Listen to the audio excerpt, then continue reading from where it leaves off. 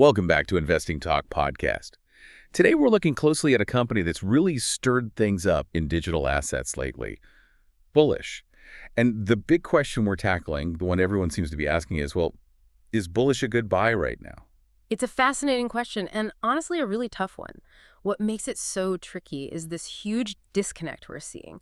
You've got all this positive market chatter, analyst upgrades, pushing the price up, real momentum. Right. But then you look at the actual financials, the fundamentals, and there's almost nothing solid there yet. Extremely limited verifiable data. Exactly. It's like hype versus hard facts, and there's a big gap. So our mission today is to try and navigate that. We'll look at the recent run-up, what's driving it, and flag some really crucial dates coming up. Dates that could show if this whole growth story actually turns into, real profit.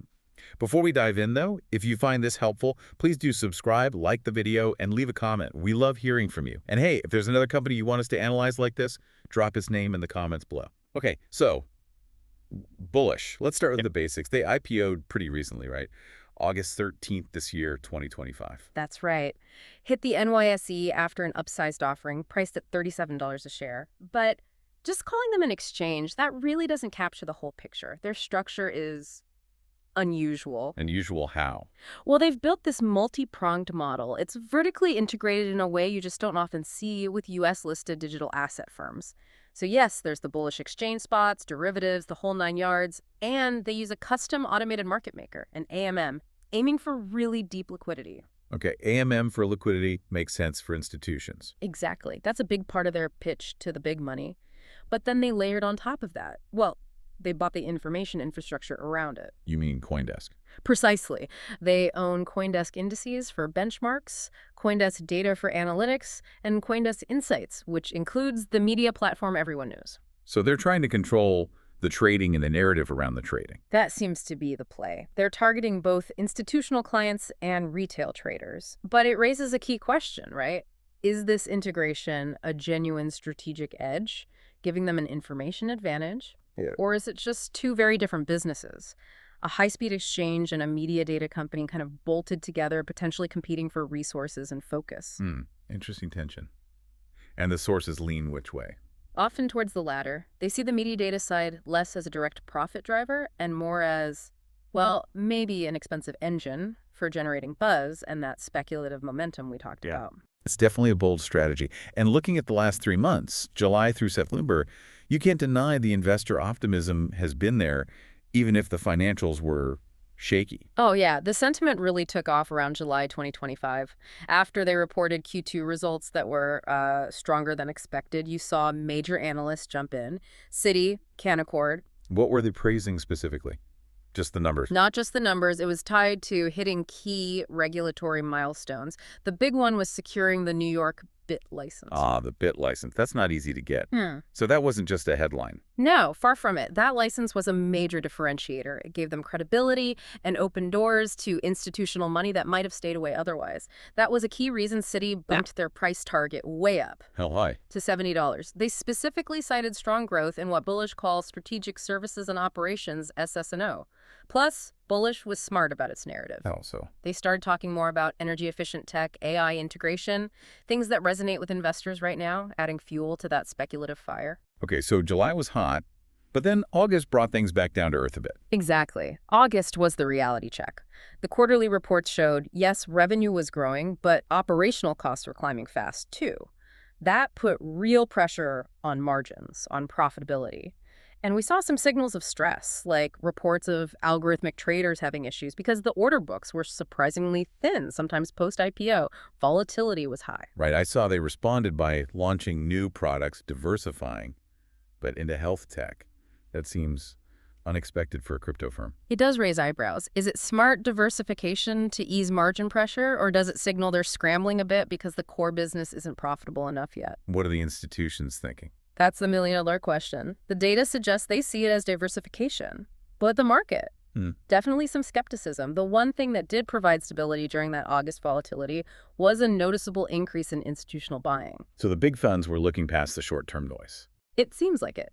They appear focused on the long-term potential of that integrated exchange plus data model, despite the current profitability challenges. And that institutional support carried into September. It did. After another earnings report that beat expectations, the stock surged again, climbing almost 6% to hit a closing high of $54.55. So we're seeing that classic battle, like Yes. citing growth potential versus concerns about actual sustained profits. Precisely. You've got this huge potential top line, maybe $250 billion, drawing in growth investors.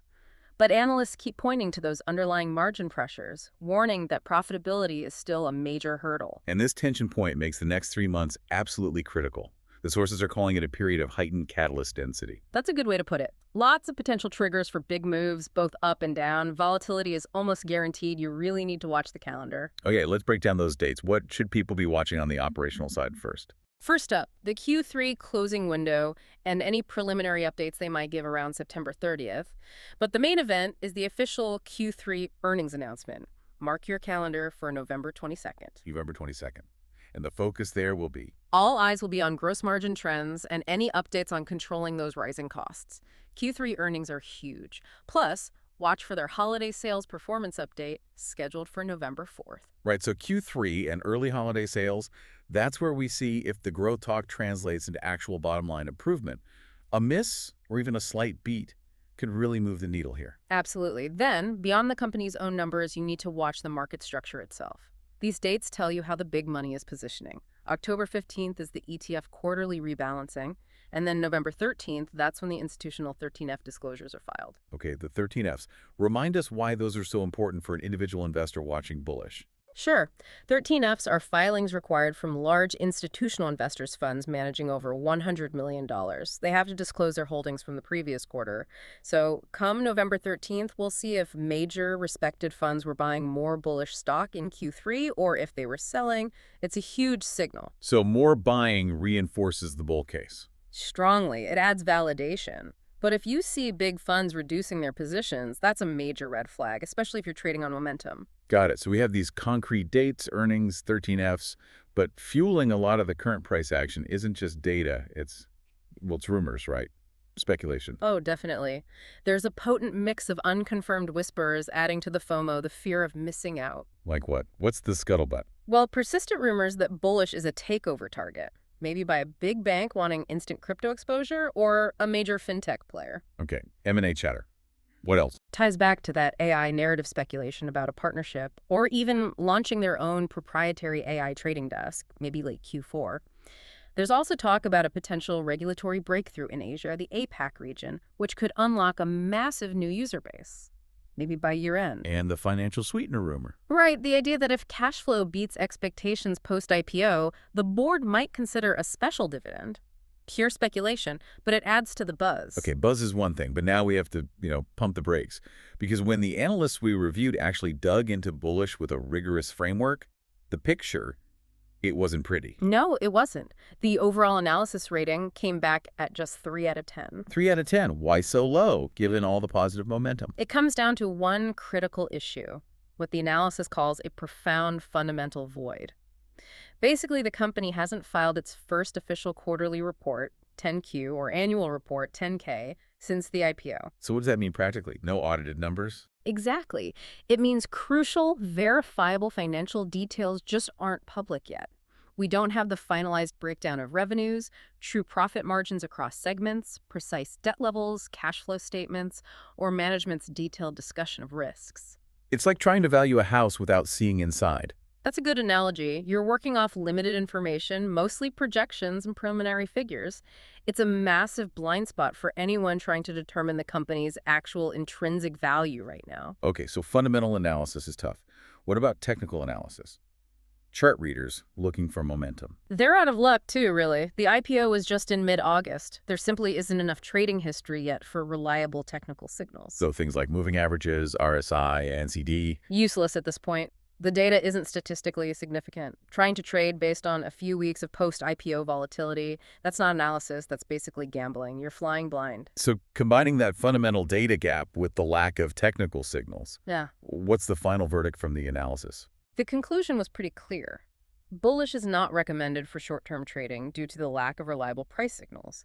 And it's not advisable for long-term investment yet because of the absence of audited financials and the extremely high uncertainty about its path to sustainable profitability. Wow. So bullish is really sitting at this crossroads. You have powerful speculation, maybe amplified by that CoinDesk ownership. Right, versus a complete lack of the hard financial data needed for traditional valuation. Its direction in the next few months seems entirely dependent on hitting those operational targets and how the market reacts to those upcoming catalysts we discussed. Absolutely. If you're interested in this stock, vigilance isn't just advised, it's mandatory. You need to be watching those Q3 results on November 22nd very closely to see if the growth story actually starts translating into profit. Be ready to react. Which brings us to a final thought for everyone listening. Bullish's whole pitch rests on integrating CoinDesk's media and data with its trading platform. When you look at its current stock price, how much of that valuation do you think is based on the actual proven utility of its exchange?